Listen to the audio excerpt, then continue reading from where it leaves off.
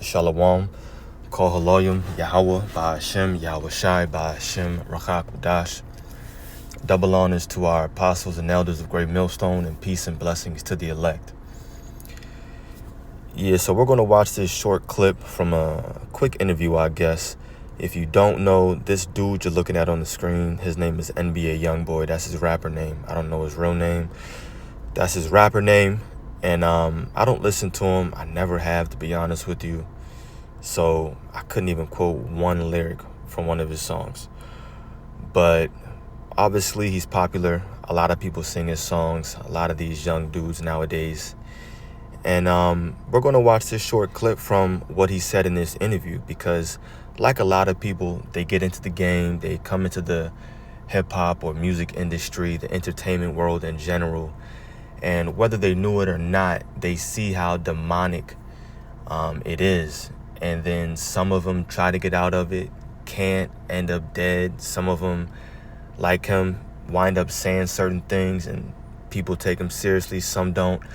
Either way, this is just another one of the many examples of people talking about how the entertainment industry is wicked and demonic and evil. And so we're just going to play this, grab some precepts, and Lord willing, it's edifying. Man, this shit very demonic. This whole industry, this whole system, all this shit demonic. All this shit ran off of money. All this shit do not mean nothing, and it's very demonic. This whole music industry is very demonic. As I saw the crosses in the Jesus piece, I just grabbed it. It really don't mean nothing. And as I say, this shit demonic. I'm very demonic. Man, there's a lot of devils that's coming in and out my door. Man. So I didn't watch the whole interview. I just saw this clip, and in the spirit, I thought it was a pretty good video. Because listen to what he's saying. He's letting you know straightforward. He's like, look, I'm very demonic.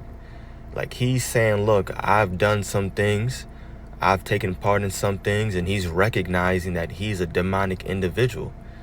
He's like, the music industry is demonic, and you can even hear in his voice. It's simple, it's easy. I thought about that the first time I ever heard him speak, but he's just off in general. And then in the very beginning, look how he's just twirling his hand. He continues to twirl his hand, just weird, just off. This shit very demonic. This whole industry, this whole system, all this shit demonic. All this shit ran off of money. All this shit do not mean nothing, and it's very demonic. This whole music industry is very demonic. He said all the things he's wearing. He pointed at his jewelry, lifted up his hands, all those rings, the watches, everything. And if you had a quick eye, you could see that his fingernails, it looked to be painted. I'm pretty sure they were. They were painted black. So just a perverse spirit as well. But he's saying, look, everything I'm wearing demonic. The whole music industry is demonic. He says he's demonic. He says devils come in and out of his house. Now, whether he's talking about spiritually or physically real people, either way, I believe him. And so we have to thank the Lord and say Tawada, Yahweh Ba'ashem, Yahweh Shai, that he did not allow us to move in this particular direction, because a lot of us that are in the truth right now, we're talented. We had different dreams. We had different hopes and aspirations, different ambitions that we wanted to accomplish. And for a lot of us, it was the music industry. Not me, but I'm just speaking in general. It was the music industry and the entertainment world as a whole that Esau created. I was on the sports side, but even that, it has its ways. But this entire world is ran by Esau, Edom, that the Bible refers to as the devil or the wicked. And so if you want to move up in this society, you have to become a wicked and demonic individual. Example A on the screen. And like I mentioned, this is just one of many. There's been many, many different cases of people coming out in the past and saying certain things. But because this was recent, I wanted to bring it out because it's relevant. So with that being said, we're going to throw that away and grab Job 9, verse 24. Just some basics here.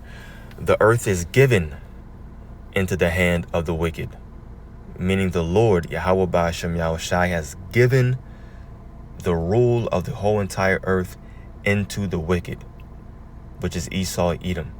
That's who runs the entire world. You want to make it in his society, you have to bow down and do what he says. You have to worship his God. You have to commit whatever sacrifices they ask of you or demand of you. You have to take part in their rituals. Yeah, people have come out and said all these things. We're not making these things up. The earth is given into the hand of the wicked. He covered the faces of the judges thereof. If not, where and who is he? So now that this man has the world in his hand, he says, I need to stay in power, so let me hide the true people of God. Let me hide who the Most High and his Son really is and what their true image is. Let me hide these things so I can remain in power. And so he does that, and then he goes around the four corners of the earth spreading his wickedness. Spreading his wickedness. And if you want to make it in this society, you have to be wicked as hell. So we have to be cool with our daily bread and with the jobs that the Lord has given us, the houses that he's given us, so on and so forth, because we don't need to be asking for too much and, of course, not for too little. Let me grab that real quick in the book of Proverbs.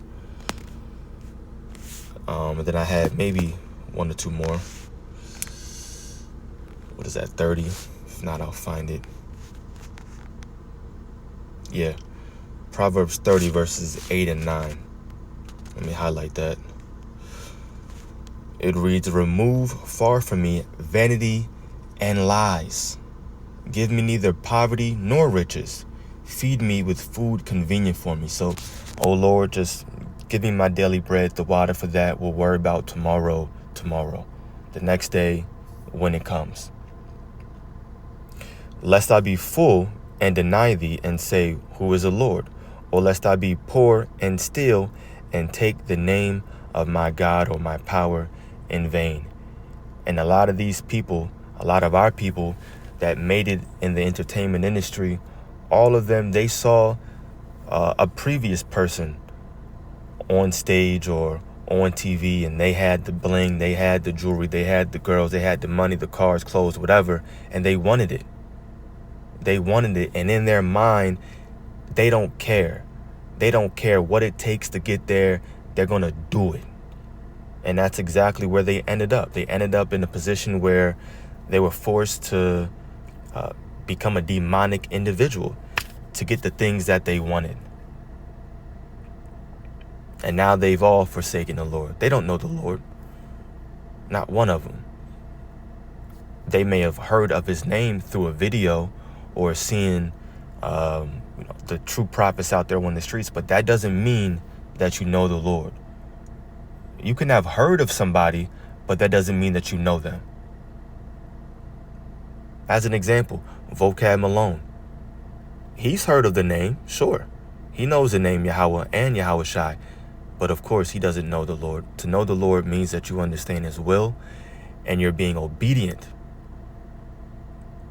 You know what their image is, what they represent, and you're taking a part of that. Nah, but our people, I'm going to bring out this precept because, let me see. Sin as Sodom. I brought this out yesterday concerning the video I made about Obama. But in general, let me highlight it. In general, when you declare your sin and you don't hide it, that means that as a whole, no matter what sin it is, you're just out there in the open with it and you don't care who sees it. You don't care about the repercussions. You don't care if God sees you. You're just doing it because it feels good. This is Isaiah 3 verse 9. The shew of their countenance doth witness against them, and they declare their sin as Sodom. They hide it not. Woe unto their soul, for they have rewarded evil unto themselves. So I'm bringing this out in terms of the video that we just watched with NBA Youngboy. I'm very demonic. All this jewelry, very demonic. But you out here wearing it. You wearing it and you showing it off. And you're not going to change. He's not going to change. So you declare that you're a demonic individual, but I bet you he's going to remain in the music industry because he's not going to give up the things that he has. The jewelry, the women, the cars, and the money that he's acquired. Cars. He's not going to give it up. So he's not going to change. His mind is not going to be converted. And he's not looking for his mind to be converted or cleaned.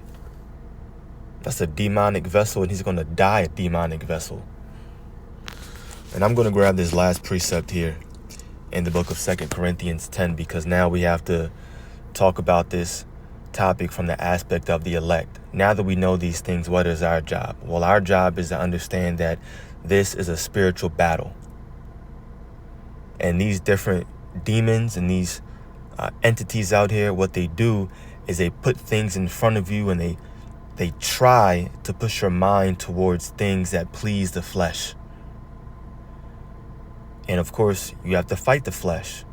And when you fight the flesh and those desires, you're fighting those demons. So you fight the demons through prayer and fasting. And when you fight them, they realize, all right, I just can't do it. This is a clean vessel. And they move on to somebody else. And then you grow in the spirit.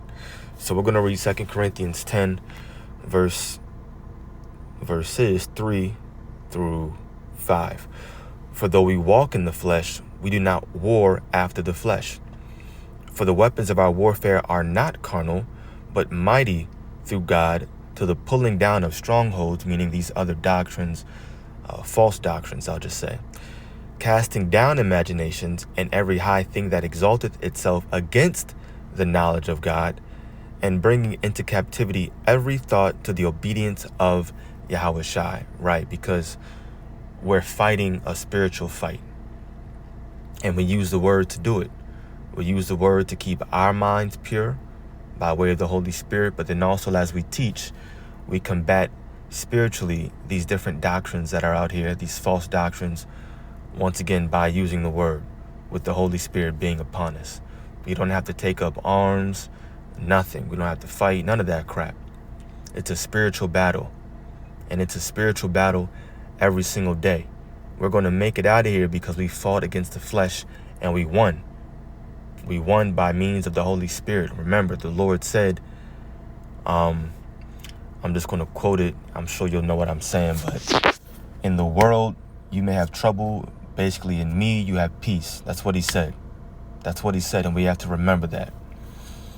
So, anyway, that's it. I just wanted to bring out that video as an example to show the elect, look, this is a spiritual battle. The water, Yahweh Ba'ashem Yahushai, that he didn't keep us going in the direction that a lot of us was, and that he pulled us into his ministry to fight this spiritual battle. Because if we're part of the elect, we know we already won. So we just got to keep fighting and hold on. So, Kol Haloyim Yahweh Ba'ashem Yahushai Ba'ashem Rachak Kodash. Double honors to our apostles and elders of Great Millstone. Peace and blessings to the elect. Shalom.